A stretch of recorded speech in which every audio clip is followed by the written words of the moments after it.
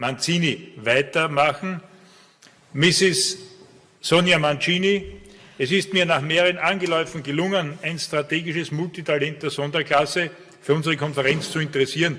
Ursprünglich wollte ich Mrs. MANCINI aufgrund ihres journalistischen Hintergrunds für einen Vortrag zur strategischen Kommunikation gewinnen, weil sich die Konferenz aus einer Zusammenarbeit zwischen der Landesverteidigungsakademie einerseits und der Europäischen Militärpresseassoziation entwickelt hat und diese EMPA noch heute das Pendel strategische Kommunikation bestreitet. Bei einem Vortrag, den Mrs. MANCINI am George Marshall Center gehalten hat, konnte ich mich aber von ihrer breit gefächerten strategischen Expertise überzeugen, woraufhin für mich feststand, sie für einen Vortrag im Rahmen unserer Konferenz gewinnen zu müssen, egal wie viele Anläufe dies bedürfte. Mrs. MANCINI ist das beste Beispiel dafür, dass eine multispektrale strategische Weitsicht auch einer entsprechend breiten und vielseitigen Bildung bedarf. Um zu belegen, wie sehr Mrs. MANCINI diesem Anspruch gerecht wird, darf ich nur einige Stationen ihres beruflichen Werdegangs beispielhaft nennen. An militärischen Ausbildungskursen des NATO Public Affairs in Operations, Public Affairs Indoctrination Course, COIN Course, Counter IED Course, NATO Full Capability Operational Exercise, SIMI Course und so weiter. An zivilen Ausbildungen ein Grad an der Universität Pisa in Wirtschaftswissenschaft, einer in Journalismus Uni Mailand, einer an der La Sapienza Uni in Rom in Communication und Technology. An militärischen Verwendungen Public Information Officer bei den italienischen Streitkräften, Chief Public Information Officer für die NATO-Trainingsmission im Irak und offizielle Sprecherin der Mission, ein Offizier der Selected Reserve der italienischen Army, Editor-in-Chief des Radio Sada e Asadi West in Herat, Afghanistan, mit der Aufgabe der Koordination afghanischer Journalisten. Zivile journalistische Verwendungen, Leiterin des Pressebüros im italienischen Verkehrs- und Infrastrukturministerium, Public Information Büro im italienischen Transportministerium, Reporterin bei Rai Uno, Leiterin des Public Information bei Enel, dem größten italienischen Energieversorger. Dabei habe ich noch eines vergessen. Das war Radio, da haben wir es noch, die Radioreporterin bei der Tageszeitung Il Nuovo, Reporterin beim auflagenstärksten italienischen Wirtschaftsblatt Il Sole 24 und Leiterin zuletzt des Desk Headline News bei LA7 TV. Zu alledem ist Mrs. MANCINI auch noch im Besitz einer Zeitmaschine. Anderes wäre es wohl nicht möglich, so viele Qualifikationen in einer Lebensspanne zu erlangen und dabei noch so viel jugendlichen Elan zu versprühen. Mrs. MANCINI, es ist mir eine Ehre, Sie für die Konferenz gewonnen zu haben. Ich würde mich darüber hinaus auch sehr freuen, Ihr Interesse an der strategischen Kommunikation im Rahmen der Militärpresseassoziation wecken zu können und darf Sie höflich um Ihren Vortrag ersuchen. Dankeschön. Dankeschön.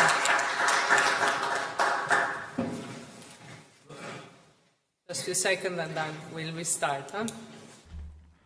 Ich nehme mir ganz kurz Zeit, um die Präsentation hochzuladen, und dann werde ich anfangen. First of all, thank you very much Zunächst möchte ich mich herzlich in advance, because I know that it's bedanken after lunch and so it's not so comfortable to listen to the people. Anyway, it was even too much. I'm old. That's the reason why I did so many things. First of all, I have to say something that is something that I learned in German. To introduce myself, that means Guten Tag, meine Damen und Herren. That's what I know. Sorry, I don't know German. So, pardon me for this. And now we are going to talk about strategic communication. You already have many things to say about the war in Ukraine, and now we are going to talk about strategic communication. But let me first starting with the title of this lecture that I brought together with me, which is a strategic communication in time of war, the case of Ukraine. I decided to choose this subject because I think that from a communication point of view, we are living in an historical time. And this is connected with the fact that communication for us, even for journalists, but not only, is totally changing. And most of all, if you think to what's going on in a war context, from a military point of view, something is really changing. And it means that from a component of many in the military strategies that we usually find on the field when we are facing war times, in Ukraine, we are living something that is different. Strategic communication is becoming like a core of a military strategy. That means if you take a look to what President Zelensky, Volodymyr Zelensky, is doing on the field, but not only on the field, in his own country, you can see how the war is changing aspects and how it can influence the other countries to act in certain ways by simply communicating professionally, in a very professional way, of course. So let me tell you an additional thing about what we are going to face today from my side. I gave many lectures, of course, on Stratcom quite all over Europe and sometimes in the United States. What I really would like to show you with these slides and with my text, what I'm going to say, is how this war is totally changing Stratcom, and most of all, you will see at the end, psychological operations that I did when I was on the field in Afghanistan, or info ops, information operations, seems to be out of fashion. And now what is more, up from the strategic point of view are public affairs, and not only propaganda, of course, but propaganda you will see from one side is something that can survive because in Russia and quite all over the world propaganda is still fashion, but the social media are diminishing or increasing its own value. That means it depends, because from a point of view, we can say that the social media are adding value to propaganda, because immediately whatever you want can spread all over, all information can be spread all over, and people can be informed about what you want to let them know. But from the other side, by taking pictures, being on the field, people can immediately post on Facebook, on social media in general, many more of them, the pictures, and showing that what the propaganda spread by Russia or Ukraine is not true, because on the field someone is witnessing what's going on. But let me start by telling you an additional thing. We are going to move from here. Since, as you heard, I'm a TV reporter, but not only. I'm a military, public affairs officer. I was in the past, but not only. I'm an officer of the Selective Reserve for the Italian Army. I would like to guarantee that I'm not in favor or against Russia or Ukraine. I'm simply here to try to find out a way we can learn how to strategically communicate in the actual time, the war times. So let me start with this. This is the agenda, very easy one, very simple one. The introduction that I will make immediately. The Ukrainian internal and external strategic communication. That means that Zelensky is having, because he's a protagonist in this case, Zelensky is having to spread his own communication inside his own country, but not only. Even outside, and we will see in which way and with which goals. Then, the Ukrainian president's strategic communication from a complexive point of view, and the conclusions, how recent events changed the Stratcom, as we started from my thesis, and then we will end with the results of our not so long trip. Okay, so let's see. This one is the sentence that is what I'm saying now. That means, since many years ago, the communication was considered part of the military strategy or the political strategy. You can make strategic communication, but this is something like a component of the military strategy. So it was something that like reacting and not being proactive.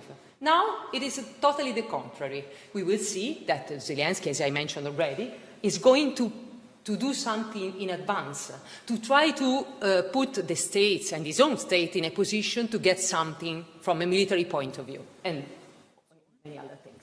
So, you see, communication is now a real dimension of the war, what I'm saying. Okay, let me see if, okay, it is going fast. Okay. We said that we are seeing that Ukraine, the war against Russia and Ukraine, is something that we thought it could never happen. And instead, it happened.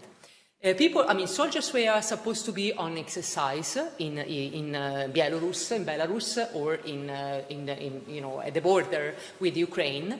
But at the end, they realized that they were completely in the middle of the war. And it was something that surprised the entire world, Europe, the United States. Of course, the United States intelligence already knew everything, but something happened. Something happened that was even worse than what the intelligence had already announced. So, since the beginning of the clash between Russia and Ukraine, what was saying Zelensky? He is saying, okay, you see, we don't have anything. Russia is having a lot of tanks, a lot of weapons, a lot of everything, so they are very well organized to start a war. And we are in a position like the biblical parable of David against Goliath. That means we don't know if we will be able to win. We are trying to do our best, but we are not having anything compared with what Russia is having on the field. And in addition, there was the fact that Ukraine, as a non-NATO country, was supposed to be neutral, and so was even not thinking to be attacked or to be invaded by Russia.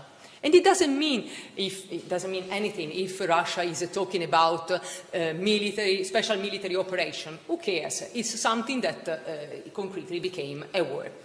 Doesn't matter. The political point of view, it's not our business. Not now. There was an additional boomerang effect that my colleague previously, the professor said previously, that now Moscow is facing an additional problem. States like Finland, like Sweden, that were supposed to be neutral and staying there and not having any influence, not being part of NATO, now are waiting to become a state member of NATO. So this special military operation has in some way pushed the historical country that were neutral to enter and to ask for becoming a NATO member. See. Okay, sorry. Okay, from this point of view, and this is just the introduction, you saw that there were, a gap, a very big gap between the two parties in this war. And the gap was so strong that one party would like just to convince the population and the public opinion that the war ongoing was not a war, and was something that was due to the fact that, of course, there were something that Ukraine was saying against Russia, so it was something to protect itself, Russia said, Putin said. And in fact, one party, we are referring, of course, to Russia, used the communication to provide a theoretical and legal basis for this military intervention. It was not true, but of course, the fake news are part of the game. Then what happened? The other party used the communication to try to convince the public opinion that something can be done and that they were strong enough to defend at least themselves. Of course, they didn't want to make the war, but in some way they would like to convince the population, their own army, and the entire public opinion that they will be ready to fight whatever it will be. So, as I said, you see a picture of every day as a journalist we are seeing Zelensky making his own messages, delivering his own messages all over the world. And he is using social media, of course. He is going to the parliaments of the world, the main countries, European countries, and wherever he can go directly, or he invites, in alternative, he invites the institutional leaders of other countries to be there, to be on the field, to see what exactly is going on there, on his own territories. You saw the Bucha massacre, or Irpin, or whatever, and there were leaders, European, and leaders that were coming from the American Congress, and many others, that were going there on the field to see what was going on, what was happening on the field. And this is a very effective procedure in some way to get some results from a strategic point of view. And you are seeing, and you saw very well directly the results that he's getting just by doing this. Then, Volodymyr Zelensky communication is based on an effective narrative, and this narrative is done not only by Zelensky, because of course he was an actor, he was a very good president. Probably in the past we didn't know this, because we didn't know, probably many of us, even who he was. But it is done, this effective narrative, it is prepared by specialists that are coming from other countries, not only from Ukraine. There are people specialized on doing this, and an effective narrative is reached by what? Taking a look to these 5 steps. Those 5 steps you probably know better than me, because you are militaries, and so on the field you already experienced the communication. You have to have some objectives, and you have to define them clearly. Then what you have to do? Analyze the target audience. What is the goal to reach, but through what? To the audience that can be, for instance, can be media, can be the institutions, can be the other leaders, and so on. So the target audience had to be chosen. Then balancing the strategy. And this is what Zelensky is doing daily, balancing the strategy with the situational instinct. That means he knows how the people on the field is feeling, how the soldiers on the territory are feeling. And so what he can do, he have to try to find out a communication strategy that can convince and in some way influence the people that are acting on the field, because those are the more vulnerable in this time. Then there is the implementation of the plan. As any military plan, it has to be implemented, and then there is the evaluation of the effect it produced. If you think to Zelensky, in the past, he was, if you have to respect because he's a president, but he appeared in the past to be just an actor, a character of a story that was a servant of the people, that is now going and be broadcasted all over the world, that is the story of a teacher, this movie, this kind of movie, a teacher that who became immediately, in some way, we don't know in which way, a president, the president of Ukraine. And it was something that, of course people are laughing about, thinking about the past, because he became president of Ukraine, finally. So he got this result.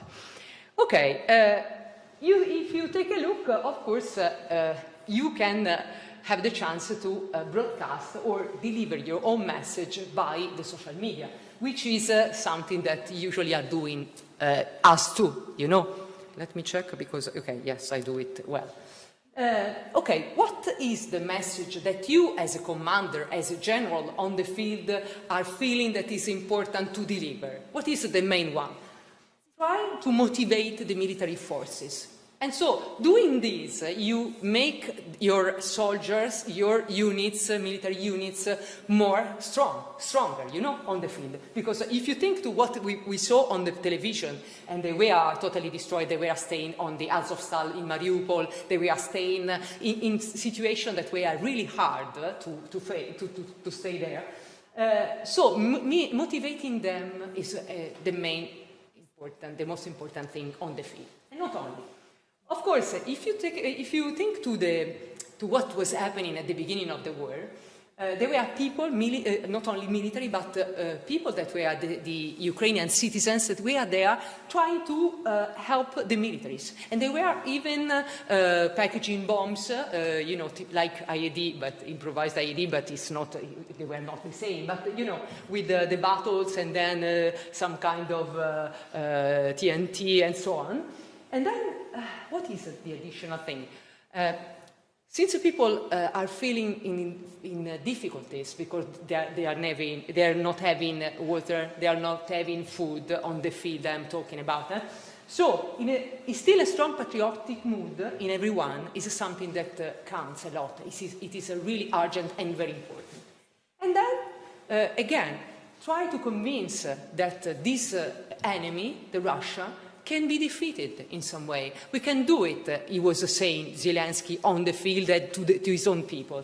So, showing himself ready to fight against Russian soldiers on the field was something that made a complete difference. Made turn everything in this world. Because people and soldiers start to believe that he was part of the group. He was, you know, he created something like a team building. He made something like an operational of team building, okay?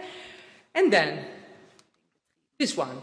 This one is a story, because if you take a look, there is a message that was the message that Zelensky addressed to the world before the Russian attack. He didn't believe, it was the 23rd of February, he didn't believe the war will start. And so what he said, okay, you know what, Russia will not do it. I don't think that they are going to do it. And in any case, he said, we are going to defend ourselves, not attack, defend, to underline the fact that he was not supposed to go on war, but just try to defend the people that were living together with him in Ukraine. By attacking us, you are going to see our face, not our faces. So, delivering this message, by dressing this, you know, this suit and the tie, he appeared like the servant of the people. The character of the movie. So it was, you know, very formal. He has the camera, the TV camera, and he was reading on the teleprompter. So it was like a professional, you know, communicator. But in something like 24 hours, everything changed. And he has to change totally what it was, you know, in that video.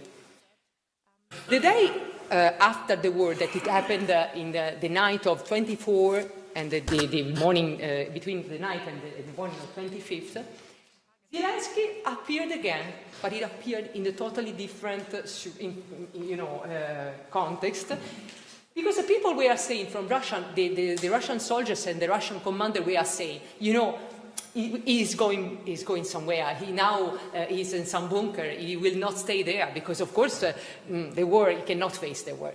He was he showed himself saying you know, good luck, goodbye to the grisaille tie and dress, sorry. And then what he dressed? A t-shirt, a military t-shirt, green t-shirt, and he showed himself with some other national authorities in the center of Kiev, in a square, by saying, okay, you know what? We are all here. Take a look. You were saying that we are going somewhere else, we are going to protect ourselves, we are staying somewhere, we don't know where. We are here. Take a look. We are ready to do what we are supposed to do. I mean, to fight against the war and the Russians, okay? So, this was, you know, something like a revolution, because in 1 hour, this message recorded and posted on social media, received something like 3 million viewers. 3 million people, 3 million persons were taking a look and you know, seeing this video, which was unbelievable. Then, we were talking about the Ukrainian external. So, until now, we were talking about the internal communication. Now we are going to talk about the external communication. It is a little bit more complicated, of course, but you see, the main targets. If you will take a look to the main targets, of course, we have to convince the media, the foreign media, because they are different to convince, more difficult to convince instead of the internal media. the foreign institutions and international public opinion, and the Russians. Of course, we are trying to do something, and we have, if we are a commander, to try to do something to convince the adversaries that something is going wrongly, because this is not what we want as Ukrainian. We want something else. Okay. So this was again another contest, another communication contest. He spent, something like 1 hour to find a place where to stay.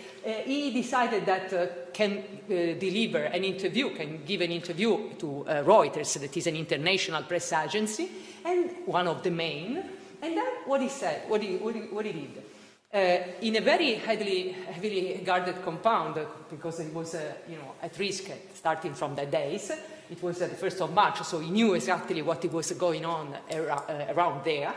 He released this interview to Reuters and asked for, I remember that he asked daily this thing, so to establish a no-fly zone on Ukraine skies, because of course he would like that Russian forces were stopped to flight, okay? And then he tried to force, this idea, saying this would be a preventative measure and not meant to drag the alliance into war. That means I'm not bringing you in war against Russia, Europe countries or United States, but what I want is just to be protected by the no-fly zone under the sky of Ukraine. So let's see the main foreign media, what we can tell from this point of view. I'm not talking with my words, but his words. And so the atrocities were a lot.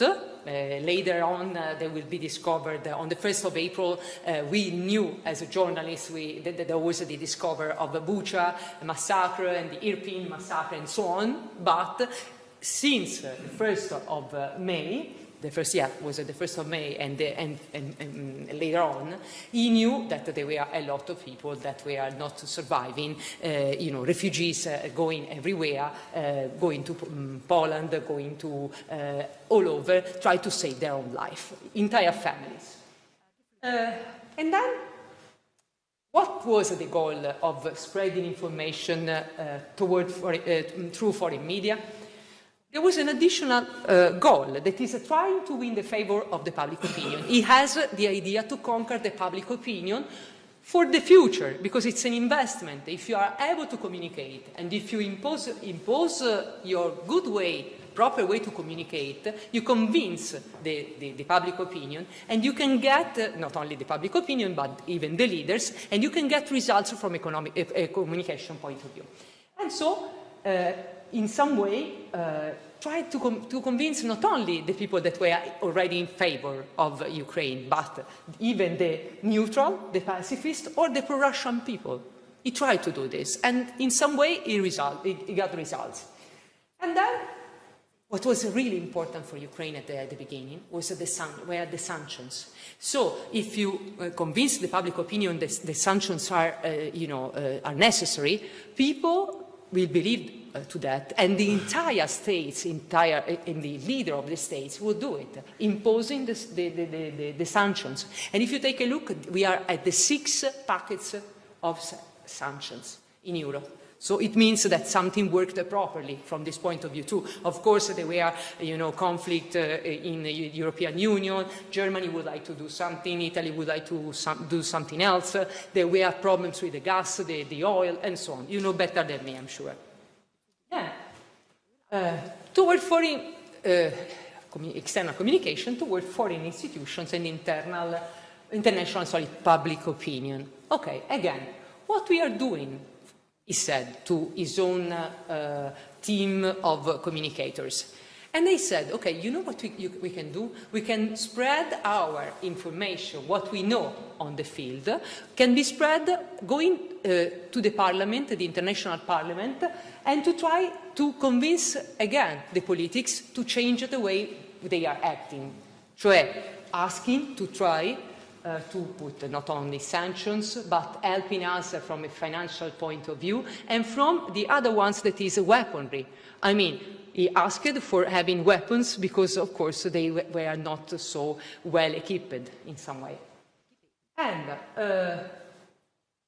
on the other side, Zelensky was inviting an institutional representative from all over the world to go to Ukraine to take a look to what was going on the field. And if you think what was going on three or 4 days ago, as a journalist, I covered the story. I'm an economic but foreign affairs journalist, TV reporter, and we were covering stories on what was happening when Miss Ursula von der Leyen, the chief of the European Commission, and the other leaders went there. They were 3 or 4 days ago. There was Macron, French president, sorry. There was the Chancellor, the Germany's Chancellor Scholz, and the other ones, that mean the President of Romania, and then there was the Prime Minister of Italy, Draghi. They went there on the field, and this invitation was really part of the other things. In that case, it was a more concentrated on the fact that we were talking about the inclusion of Ukraine in the European Union. Anyway, main objectives, of course, speed up the decisions in favor of sanctions, we already mentioned, and financing and weapon supplies. And then, of course, increase foreign countries' political support, and again, convincing pacifist, neutral, and pro-Russian people. Okay. The communication toward Russia. What are we supposed to see doing by President Zelensky in this case? He spread for a long time many video messages every day, every morning that I was going to work on my television office, and every morning I was finding a new message of Zelensky. Spreading the news not only for us Italian, but of course through video messages posted on One Take, Telegram, and Rosgram. We wanted to convince the Russian population, the Russian soldiers, to change their way to act. And not only. In that case specifically, I find out that he would like to convince the soldiers to desert, if it was possible. Not only, but it was showing that if they were continuing to work, to make their military service on the field, acting like they did, they will be punished as they, in some way, exemplary punished. And what was for sure, it has already been done. If they were killing children or raping women or killing civilians, that's what they are supposed to do. Many times it happened. In that case, they can be guilty and considered responsible of war genocide or something similar, war crimes, and so on. That's what it is. If you take a look here, that was something that happened. And this was the first Russian soldier, condemned that because of a civilian crime. Civilian crime that was supposed to be, he said that he was following the orders, but he, at a certain point, shot to a man that was just going by bicycle, 62 years, an Ukrainian man that was from the northeastern region of Sumy, and he died. So the court, the national court, condemned him. But there are something like 13,000 cases like this that now the national court is going to examine and to see if they were responsible or not on what happened. Then, what is important is that something good, in some way, Zelensky thought that it was important to do something positive, to show like an example of being a good person, of being a good state, a good president representing his own state. And what he ordered? The Ministry of Internal Affairs decided to, as a sort of psychological warfare, to create a a website that is 200rf.com. It is a website where mother or relatives of the soldiers on the field we are supposed to find the faces of their own children, their own husbands, or whoever. I mean, all the soldiers that we are doing something in Ukraine. The ones who probably died because some of them died, and the ones that are still alive or are still just, as a prisoner, are still in Ukraine. So this is something that they made, for let the people know that they were doing something concrete to help the Russian families in some way. And you see the last sentence. This had the goal to penetrate the Kremlin wall that was something like a barrier for the information, They posted this kind of barrier, and nobody were able to know what was going on the field in Ukraine for their own soldiers. This was really a bad and sad thing.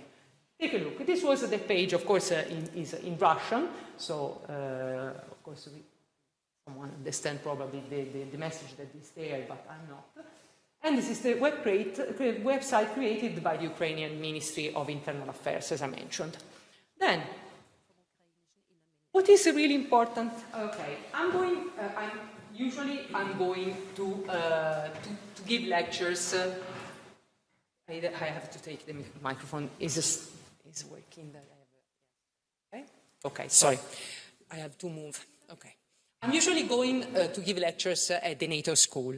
In the NATO school, we are making Stratcom, of course, at NATO level in Oberammergau.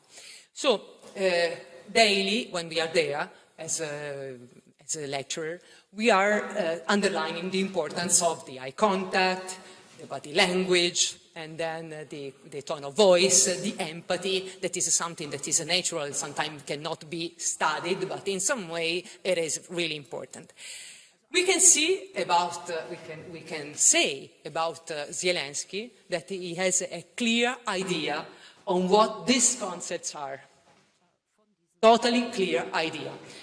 Believe me, I'm a TV reporter. I'm doing that daily. I'm supposed to go on TV. I'm supposed to go to make interviews and things like this. And I'm doing this.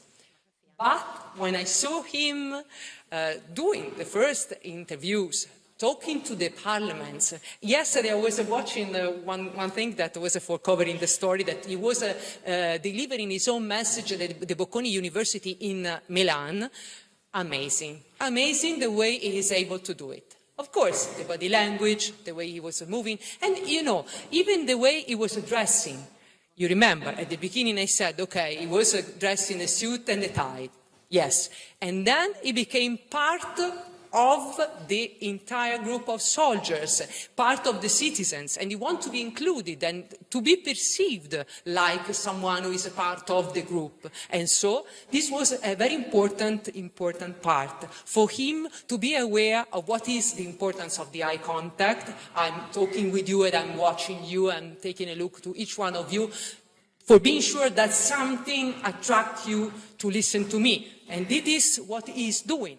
The tone of voice, up and down, to attract the attention and to be in some way understandable but reachable and perceived in a very positive way. You cannot like people that are not looking at you when they are talking. You cannot, it's natural, it's a part of the game. If you are included in what we are saying, okay, this is good. If you are not included, if I'm staying here and you don't see my face, probably you don't like it too much. Okay, so with his own advisors, Zelensky, what does he do? He chooses the right narrative. For each target audience he has, he decides which kind of message he can deliver. And this is his own ability, but not only. It's the ability of his own specialists that are surrounding him to make a good job. And what is funny is that every time that he's talking about, for instance, Kherson, Mariupol, Severodonetsk, and other places that are very, well known for the massacre, from other things, he is making some kind of association. That means if I'm talking together with the UK Premier Boris Johnson, okay, I will mention this kind of situation, and then I will make some kind of association from between Mariupol and London. I will say, you know, okay, it's something that is going to make some example to let the people feeling in a way that is, oh, London can be, you know, in these conditions. Oh, so in some way to let them feeling the same feelings. And then, when this is something that we have to remind, when a trademark is associated with a term or image, you will remind it forever. And so, in the collective memory, you will know, and all the times you are thinking to, for instance, Mariupol, you will say, Mariupol, I don't want that. Rome, for instance, I'm Italian, or Berlin will not the same, or Vienna will be in the same condition. So, okay, then, if you have a question, you can start to ask something, yeah? If you want. You don't disturb me. It's something that I like. Okay, this is another particular day. This was the May 19th, when in the same time, in the same day, there was Vladimir Putin, the Russian president, that was talking in the special day of victory over Nazism in World War II. And he was in the Red Square in Moscow, while Zelensky was in Kiev talking about he was giving some kind of sentences that were really strong, really strong against, of course, the Russian attitude and what they were doing on the field. And at a certain time, at a certain point, only a madman can wish to repeat the 2,194 days of war. The one who is repeating the horrific crimes of Hitler's regime today, he mentioned. Okay? So, he mentioned Hitler. And take a look what happened. The Time. You see? The cover of the Time. Listening to this kind of citation, association from Hitler and Putin, the Time went out with this cover. The magazine was like this. So something very, if you think to deliver a message and then conquering the first page of Time, it means that you are a very good communicator. It doesn't matter if you don't think, if you don't agree, no matter what, it happened. So something good, something well done, not good but well done. Then, okay. We know what happened at the beginning of the war. Some few days after the attack, Zelensky was everywhere. In the morning, you wake up and say, "Oh, okay, let me read what he said today. Zelensky, and so on." And then he was being omnipresent.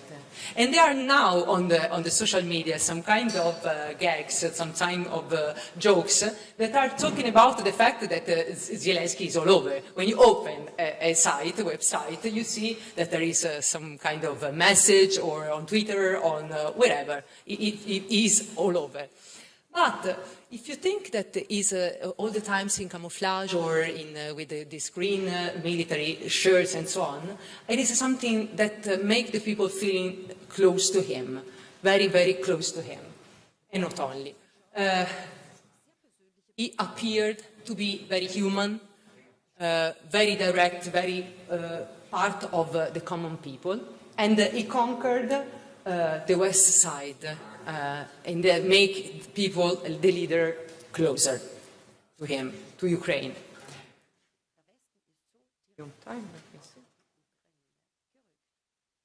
And then we can underline, Zelensky is always close to the people, as we mentioned. If you take a look, he tried, as I mentioned previously, to share goals and to create, making something like team building. Here you can see President Putin, and then there is his own staff. You see? Something like meters and meters far from him. And at the beginning, when we saw French President Macron talk, the bilateral talking, Macron was, I think, at 4 meters or 6 meters, I don't remember, but they were far. And at the beginning, the reason was because he didn't want to make the COVID test. The reason, I mean, from Putin was something like, okay, Macron didn't want to make this kind of test, so we put at this distance because we don't want that Putin will be in some way I don't know the word, but taking the same pandemic, having the same COVID, you know, getting the COVID. In any case, so Putin keep the distance. He's staying all the time behind the podium, and when has something to say, he distributed via state media, because of course the state media will say what he wants. And this is something that I underlined already. The Russian soldiers thought they were on exercise, and they were not. They were on war. They landed in war. Again, Zelensky is an information machine, and this is not for sure wrong. He's making interview whenever he can do it, and he can do it effectively. If you take a look, as I mentioned, on Telegram, Facebook, on Twitter, he will be there. He will be there at the same time. One time he said, when he would like to sensitize the European leaders, you know, this might be the last time you see me alive. And this was to be part of them, let them feeling part of a game that was a common game. Again, being part of a group. He knows, and we already said this, that facts are talking more than words. So, if you take a look here, those two pictures are showing him one time together with the population in Ukraine in the underground, and then this one in the underway, sorry, and this one, the second, together with his own soldiers. So shoulder to shoulder by his soldier, and then together with this population. This is a way to make a good and efficient communication. He said, the struggle is here, I need ammunition, not a ride. And he didn't say it by talking, but simply by images. Here, an additional image that is the April 4th, the massacre, the Bucha massacre. And then here again. And this was you know, something like, what we can say, something, you know, criticizing Russian, I mean, an appeal, something like looking for some kind of help and saying, Russian mothers, please take a look on what was saying on the field. This is how the Russian state will be now perceived. Take a look what happened. Going ahead, because I think we are just a little late. Zelensky now is, we can say, 44 men, and is something like an expert in communication. He became responsible of communication at a high level. We don't know till now if he's actor or protagonist of this campaign, but we know for sure that this campaign was really, really efficient. And then, I wrote it, this, Zelensky, Zed, we know that Zed represented something else on the field, but Zed, the Zelensky, is a president of a country at war, and is expressing an authoritative leadership on the field. So it is really important. And then, this is another result that he got it. Ukrainian president is the most influential person of the year. This kind of poll is made by Time 100, and the second one is Elon Musk for Tesla, and the third was Boris Johnson. But if you take a look, 3.3 million votes, so a good results from other points of view. And then the conclusions. So I'm going just to read them for being sure that those are clear. I said that the Ukrainian war caused these results, but I think that the COVID pandemic, it can be, from other points of view, getting the same effects. Revolutionized the role of communication all over the world, both of them. Demonstrated a critical central role of trustworthy, timely and quality government communications to our lives, and how vital it is to be able to effectively maneuver the information space. It is not so common. People should be able to do it, but it is not common, better than me. The recent events reaffirmed the critical need for a superb leadership which has enabled government communication function to deliver very effective messages. The importance of the messages is this. They can be delivered, they have to be short, they have to be clear, they have to be in some way, they can be in some way, directly perceived. You can understand them, you should understand them really, really immediately. So if not, they don't work. Highlighted the civil society fight back against propaganda and disinformation. I mentioned propaganda before, and so in some way now people are more conscious about what propaganda means on the field. And then the Russian invasion of Ukraine confirms that it is time to accept that the internet is not a passing fad. It is something that probably will stay here longer on the field. Almost everyone in the world can generate and share contents like high-quality video at little cost with a worldwide audience in real time. So everybody can be there. And if you ask me as a journalist, what do you think about the social media? They create a lot of problems to us. They complicated our life. Of course, there are many advantages for us too, because now everybody can be a journalist, or at least not a journalist, but can communicate directly without having any intermediation. And this is something that can probably not be an advantage for us. Technology, but technology, but social media in particular, has made the secret harder to keep, allowing people to almost instantly compare what they hear from public sources with participants in the event. Now, what I said at the beginning, in the military context, informational operation, psychological operation seems to be increasingly out of fashion, while propaganda and leadership-driven public affair are key capabilities more directly impacting on the institutional credibility and organizational reputation. Civil and military cooperation, the CIMIC, is still very useful on the field.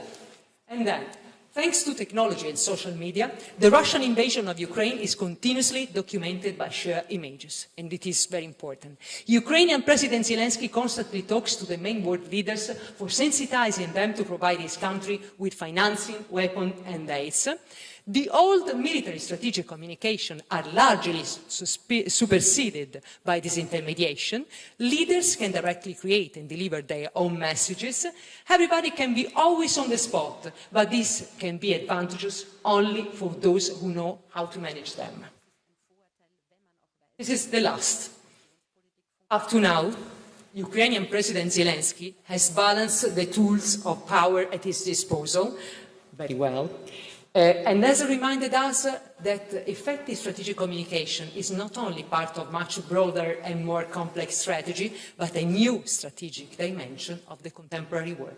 And you see, I'm a communicator. I'm trying to do my best. So I put the visit of the the Austrian Chancellor Karl Nehammer, together with the President Volodymyr Zelensky, in honor, of course, we are in Austria, so in honor of Austria.